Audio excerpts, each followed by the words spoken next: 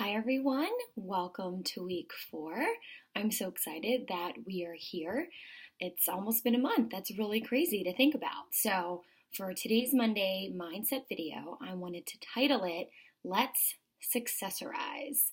So we're going to push to move forward. We just got past our 21 days. So for my 21 day fixers, you're done your first round. So you might be beginning your second round today.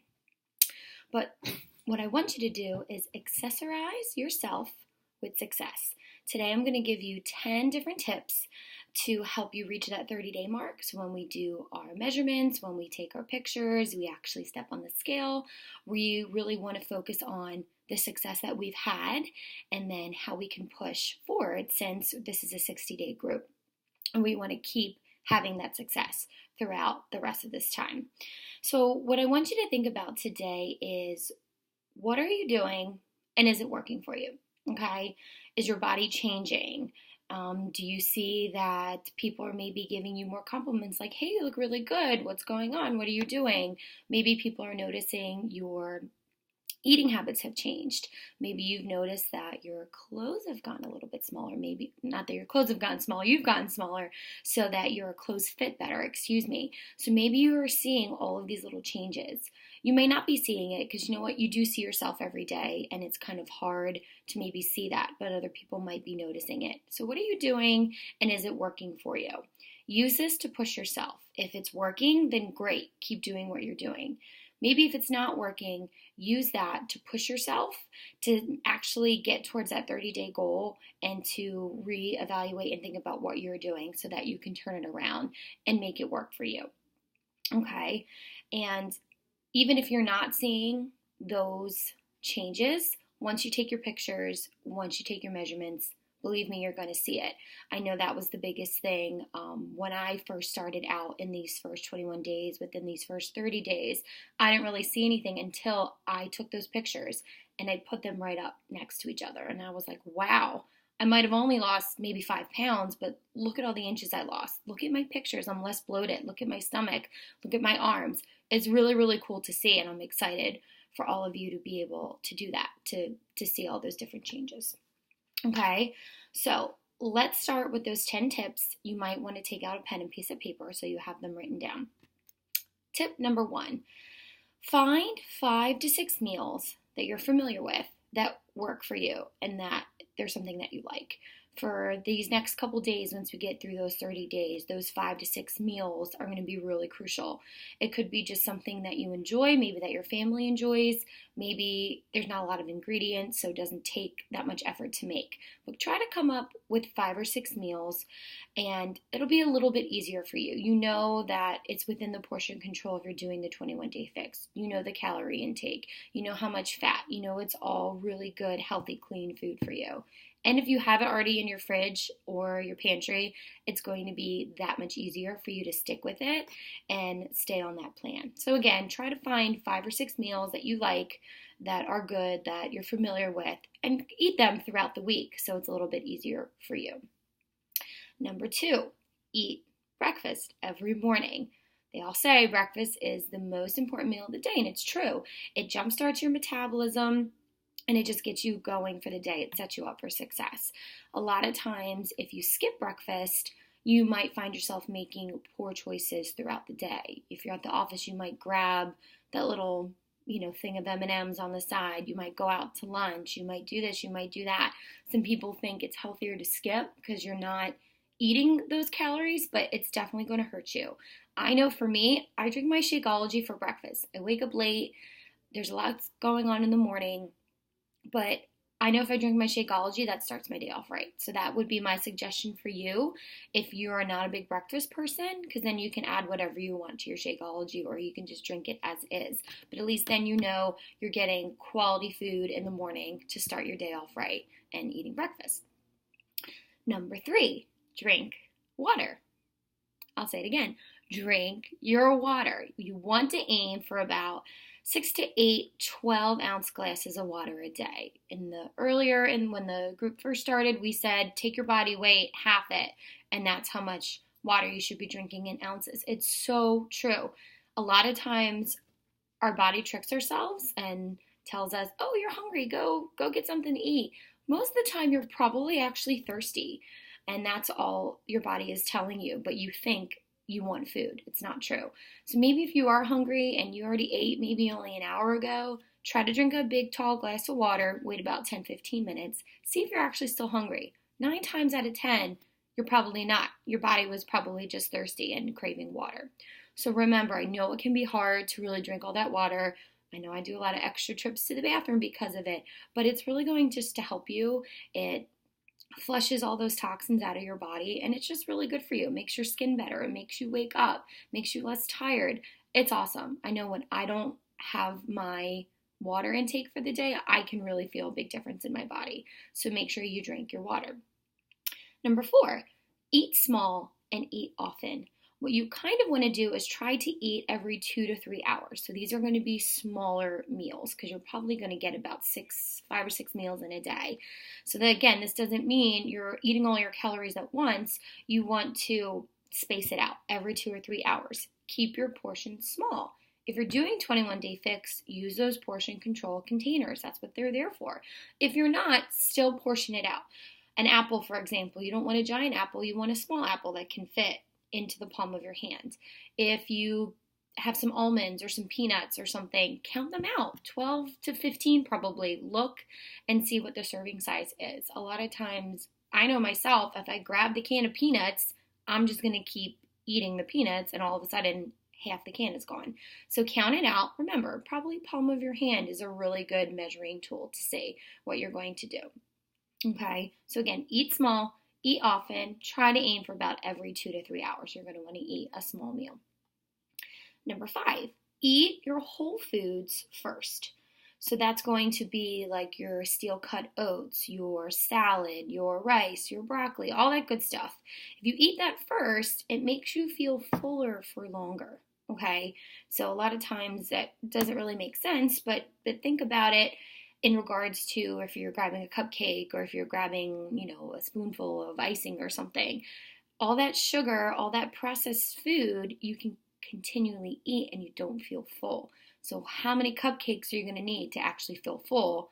And by the time you might eat 4 or 5, you're going to feel really sick to your stomach. And I know me, I'd probably feel super guilty afterwards anyway. So eat your whole grain, your whole foods first. And that's going to help you feel fuller longer. And you want to aim for things that are low fat, low in sugar, and you don't want all those processed ingredients. Try to go for about 5 ingredients or less. You really need to read your labels. I know it can be hard and it can be overwhelming, but take a look at the back of the label. If it's something you can't pronounce, maybe you shouldn't be eating it. If there's way too many ingredients in there, again, that you can't pronounce, you might want to double check. So just look at your label. If you're not 100% sure, like, should I eat this, should I not? Take a picture of the ingredients of the label and post it in our group. And then the coaches and even some of the other people in the group will be able to help you, like, hey, maybe that's not the best thing to do. I know the biggest thing that probably people ask us is about marinara sauce. Marinara sauce can have a lot of sugar in it and a lot of things that our bodies just really don't need. So again, try to aim for about 5 ingredients or less. It's just going to be cleaner for you, and it's just going to make you feel better in general. And again, take those pictures of the labels if you want and post it in the group, and we're here to help you. Number 6, eat your favorite foods very carefully. Okay, so this is your cheat meal. When should you have a cheat meal? I know the coaches have posted this earlier. Try to aim for once a week. I know it can be hard, but we're not telling you to totally eliminate your favorite foods from your diet because we know it's just not realistic. But try to plan it out. Plan it out each week and see, when am I going to have that cheat meal? I know for me, my fiance and I, we like to go out and have pizza, or we like to go out to dinner. So I always try to plan it. Okay, Friday night we're going to go out because it's right before the weekend. Or Saturday night we're going to go out. And it's just one meal. That's it. It's not a cheat day. It's not a cheat week. It's one meal. So if you plan it out, I think you're probably going to have better success with sticking to your plan for the rest of the week. Okay? So again, if I know it's Saturday night, all week, I'm really looking forward to that cheat meal. And honestly, say if we have pizza, I don't eat as much pizza as I used to because my body isn't used to it. So I actually, instead of maybe having 3 or 4 pieces of pizza, maybe I really only had 2. And I realized that, wow, I'm full after 2 pieces. I don't need 4, 5, 6 to make me happy. And honestly, I don't really see a big change. I had my cheat meal. I didn't deprive myself of my favorite foods. And the next day, I went on with my life and with my eating plan, and it was great. So again, really try to plan that out. Get excited for it because it's fun. Believe me, I still love eating my pizza, but portion control. Think about it. 1 or 2 pieces instead of 3 or 4. How much is that going to save you? It's really awesome. Number 7, do not keep red zone foods in the house. So these are your chips, your cookies, your cakes, your ice cream, all that stuff that maybe put us in the position to be in these groups, okay? If they're in your house, you're going to be tempted to eat it. I know I am. It's really, really hard when you open up that freezer every time to maybe get your broccoli, but then you see that ice cream there and you're like, oh, I'll just have 1 little spoonful. If every time you open up the freezer or the refrigerator or your pantry and take a cookie, take a swig of icing, that's going to backtrack you. So try to get all of them temptations out of your house. I know it can be hard, especially if you have husbands, wives, family, kids. Just really try to explain to your family and friends that you're trying to do this. This is your goal that you have. And I'm sure they'll probably be on board with you. And again, you're going to replace it with all those whole, clean foods that hopefully your family has already been starting to acclimate to. So really try to get that temptation out of sight, out of mind. Number 8, close the kitchen after dinner. I know this can be hard. I know me, if I'm watching TV at the end of the night or maybe on the computer, I'm like, oh, I can just snack a little something. I'm a little hungry. Really try to close the kitchen after dinner. It's just going to help you reach your goals faster. Instead, maybe grab a glass of water or even some green tea. I love drinking tea after dinner or when I think I'm hungry. Green tea is great because it curbs your hunger and it actually aids in weight loss. And I think because it's hot, it kind of makes you feel full. So again, you're trying to trick yourself. So maybe instead of going into the kitchen after dinner, grab a glass of water or maybe try to drink some tea. Number 9, when you go out to eat, ask your food to be prepared the way you want it prepared. A lot of times when you go out, even if you get grilled chicken, it could have been doused in butter. It could be doused in all these oils that you're not used to eating. So I know sometimes some people feel bad because they think they're being a pain, but just maybe try to explain to your waitress or to a cook or a chef that you're really trying to live a healthier lifestyle, and try to see if you can ask to have your chicken just grilled, maybe in no oil. Just say, can you just grill it without any extras? Can you steam my vegetables? I don't need all that extra stuff on the side. Dressings for your salad, ask them to put it to the side. They might douse it in 2, 3, 4 servings of dressing and you only need 1. So maybe try to ask it to the side. I think nowadays, most waitresses, chefs, cooks, it's really not a big deal anymore. I think as long as you're nice and ask politely and just explain to them, they're usually more obliged to help you. I'm a waitress at a bar. I see fried food all the time, and people ask me, what's the best thing to eat? And I tell them. And it's really, I think, better for them, and they're asking me and being honest with me up front, that I'm not really upset with them. And usually the cooks aren't either. It's not that much harder for them to maybe just take out the butter. They're just putting maybe the chicken on the grill instead of dousing it with all that butter first. So keep that in mind. If you do go out to eat a lot, then just really try to think of how can this be prepared differently. Okay, and number 10, again, it's just kind of wrapping it up, your number 10 tip. Is what I'm doing working? Pull out your 30-day goal that you wrote, that you posted either in the group or you sent to your coach, and review it. Look at it. Did you reach it? Are you still aiming for it? That's okay if you haven't reached it yet. It's not a huge deal. But if you are going to, once you take those pictures and those measurements, how are you going to reward yourself? Not with maybe a cake or going out to dinner or a big glass of wine or going out to the bar. Maybe buy yourself a new pair of sneakers. Maybe buy yourself a really awesome workout outfit. or a top or something. There's so many fun websites out there that you can get something that's really cool and you're going to be proud to wear it, and maybe you'll just work out instead of going out to the bar or making a cake for yourself. Think about a way to reward yourself that's going to benefit you and your goals. Again, if you haven't reached those 30-day goals yet, it's okay. We have about another week or so.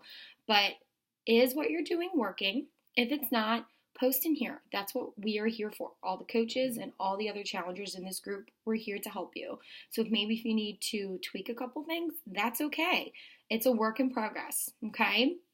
So aim high. I'm so excited for you guys to be able to take your 30-day picture soon. If you need that extra help, if you need that extra support, this is what we're here for. Post. I'm excited for you all to begin week 4. Have an awesome week, and we'll see all your lovely sweaty selfies and posts this week. Bye, guys.